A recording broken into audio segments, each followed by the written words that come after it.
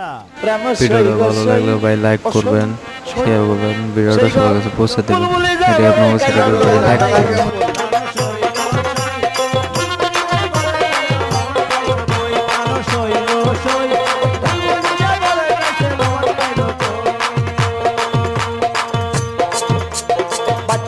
বাচ্চা হবে গর্ভবতী মা, বেটাইনের সাথে যাবে ডাইনে জানে না, যেমন এক মাসের কালে মায়ে জানে বা না জানে, 2 মাসের কালে কিছু রেখে আনা গুনে,